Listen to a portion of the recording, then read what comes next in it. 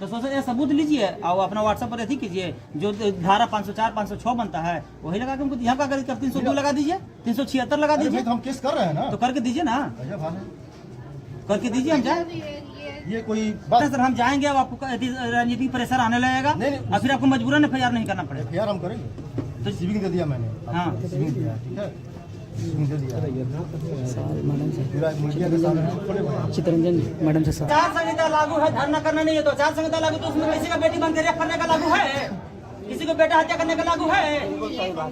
आचार संहिता के हम सुनिए, आचार संहिता का पूरा नियम पढ़ के हमें, आचार संहिता में किसी पार्टी का झंडा डंडा लेकर नहीं घूमना है। यहाँ तो पार्टी का झंडा डंडा नहीं, हम लोग अपना माँ बहन का शोषण जुल्म अत्याचार का हक और अधिकार और न्याय मांगना है। अगर किसी पर झंडा डंडा है तो आप 188 धारा में एफआईआर कीजिए। कुछ भी है तो मैम शांत रहे ना, हम सर से सही बात है मैडम, को यहाँ शांत रहना चाहिए।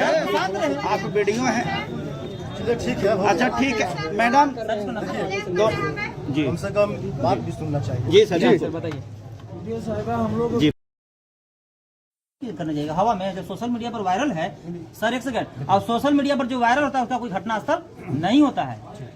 तो सोचा ये सबूत लीजिए और अपना व्हाट्सएप पर अथी कीजिए, जो धारा 504 506 बनता है वही लगा के हमको यहाँ का 302 लगा दीजिए, 376 लगा दीजिए। हम केस कर रहे हैं ना, तो करके दीजिए ना, करके दीजिए। हम जाए ये कोई बात हुआ क्या, ये कोई बात हुआ? बात कहाँ हो रहा है सर? ये बात नहीं हुआ। हमको फोटो को भी आपको मैंने रिसीविंग दिया ना, रिसीविंग दी है, रिसीविंग दिया ना, कार्रवाई कब कीजिएगा? रिसीविंग दिया ना हाँ। आपको, आप क्या दे रहे हैं? करेंगे यहाँ से जो ऑफिशियल प्रोसीजर है। चलिए हो गया, चलिए जाइए। एक सेकेंड, चलिए, आप कौन है? मीडिया है कि नेता है? वीडियो मैम है, तो परिचय अपना दे देना तब ना हम लोग जानेंगे। आप परिचय दीजिए पहले। हम बहुजन आर्मी का राष्ट्रीय अध्यक्ष गोल्डन दास हैं। गोल्डन दास हुए किम आर्मी के? बहुजन आर्मी बहुजन आर्मी के राष्ट्रीय अध्यक्ष हैं। जी। मेरा कहना है हाँ मैम बताइए। कि कोई भी थाना में अगर आवेदन आता है तो बात रहा जांच करने का, जांच में अगर पुष्टि होगा तो उस पर सख्त कार्रवाई किया जाएगा और अविलंब किया जाएगा। तो हमने आवेदन दिया और सबूत भी हाथों हाथ दे रहे हैं। सबूत देने का काम आपका हुआ? किसका हुआ? नहीं, आप सबूत दीजिए। हाँ हम देंगे सबूत। ये जब केस लॉन्च होगा तो इन्वेस्टिगेटिंग ऑफिसर को जाएगा, फिर वो अपना काम करेंगे। सबूत ढूंढने का काम आपका नहीं है, किसका है? जिसका जो काम है वो करेगा। अच्छा ठीक है, वो करेगा। दर्ज करने के लिए केस इन्वेस्टिगेशन कोई एफआईआर दर्ज करने के बाद कितना दिन के बाद होता है? नहीं, आप जो है ना, मैडम एक सेकंड सर, मैडम से बात करने दीजिए। सबसे एफआईआर रजिस्टर्ड हुआ 26/3/2024 को, तो उसमें अभी तक क्या साक्ष्य पे घटक किया हमको दिखाइए। हमको जानने का अधिकार है ना एससी मामला में। 26/3/2023 को 98 को भूमिहार पर एफआईआर हुआ, ये आगे का क्या प्रोसेस हो रहा है हमको दिखाइए। चलिए ठीक है, बोले जी, ठीक है, हो गया, चलिए, जब मैम सवाल करी तो उनका हम मेरा भी सवाल का जवाब देना। बहुत हो गया, चलिए। 26 मार्च को जब हुआ तो इन्वेस्टिगेटिंग ऑफिसर का क्या है? मैं रिसीविंग केस नहीं करता। तो सर न करके दीजिए रिक्वेस्ट है। नहीं, आप कम से कम एक थाना इंचार्ज की बात मानिए, ठीक है, आपको बता रहा हूँ। हम बता रहे हैं सर, हम जाएंगे अब आपको राजनीतिक प्रेशर आने लगेगा नहीं, और फिर आपको मजबूरन एफआईआर नहीं करना पड़ेगा। एफआईआर हम करेंगे, तो सिविंग दे दिया मैंने। हाँ। सिविंग दिया, ठीक है, सिविंग दे दिया। सवाल मैडम से, पूरा मीडिया के सामने चितरंजन मैडम से सवाल, एफआईआर दर्ज करने के लिए, एफआईआर दर्ज करने के लिए सबूत की जरूरत है। तो सर एकदम आपको लिखना चाहिए सर, एकदम इतना जनता एफआईआर तो सर मैडम किसी के अपमान थानाधीश महोदय, थानाधीश महोदय, ये अभी तो रिसीविंग दे दिए। उस दिन रात में आपको आवेदन आया, बिना रिसीविंग के एफआईआर डायरेक्ट कैसे कर दिया? इस पर क्यों नहीं? उस दिन रात में रविदास जी को जो मूर्ति टूटा था, आपको आवेदन मिला, डायरेक्ट एफआईआर कर दिए, फिर इस पर एफआईआर क्यों नहीं? इसमें सिर्फ रिसीविंग क्यों? सिर्फ लॉलीपॉप दे रहे हैं, मलाई को किसको दीजिएगा? भूमिहार को। मैडम आपसे मेरा एक सवाल है, वीडियो मैम से सवाल है। मैडम हेलो, सवाल आपसे मेरा ये है कि क्या एफआईआर दर्ज करने के लिए प्राथमिकता पहले दर्ज करने के लिए पहले सबूत की जरूरत होती है कि पहले एफआईआर होना?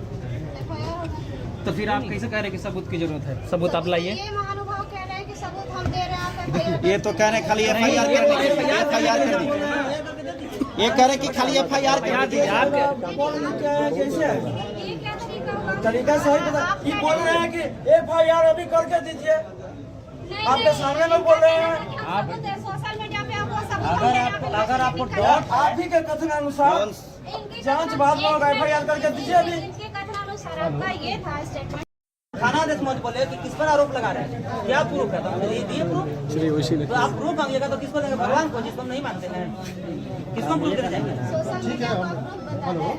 फिर क्या सोशल मीडिया पर वायरल है वो प्रूफ बता रहे हैं। सोशल मीडिया पर आईटी एक्ट में मैम केस होता है ना, आईटी एक्ट में होता है ना केस। सोशल मीडिया पर कोई लड़की लड़का अगर नंगा वायरल होगा फोटो, तो क्या आईटी में एफआईआर नहीं होगा? कोई बंदूक लहराएगा तो एफआईआर नहीं होगा? बिल्कुल होगा। तो फिर तो इसमें फिर कैसे कर रहे हैं? मैडम आप स्पष्ट नहीं कर पा रही हैं कि क्या होना चाहिए क्या नहीं होना मैडम, चाहिए। खुद दोनों पता आप नहीं नहीं है। कंफ्यूज लग रही हैं आप मैडम। जैसे आपको पता है। हाँ, आपसे ज्यादा पता है, आपसे ज्यादा आईपीसी हमको भी याद होगा। बिल्कुल पता है आपको। बड़का पद लेने से बड़ा ज्ञान नहीं होता है मैम। ये आप इंडिविजुअली क्यों इस तरह से ठीक आक्षेप है, लगा रहे हैं?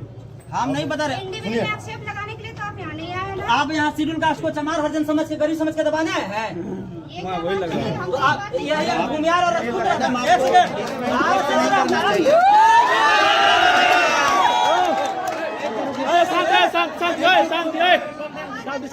आप भाजपा का तलाव में एजेंट रहता, क्या इतना ऊंचा आवाज में बात कर लेते हैं? ऐसी बात नहीं है। गरीब समझ के, कमजोर समझ के, नहीं समझ के आप हाथ में ले रही हैं। ये हल्ला मत करो, हल्ला मत करो, हल्ला मत करो। क्या धरना पड़ता है? हाँ, एक सेकंड। लागू है। हाँ।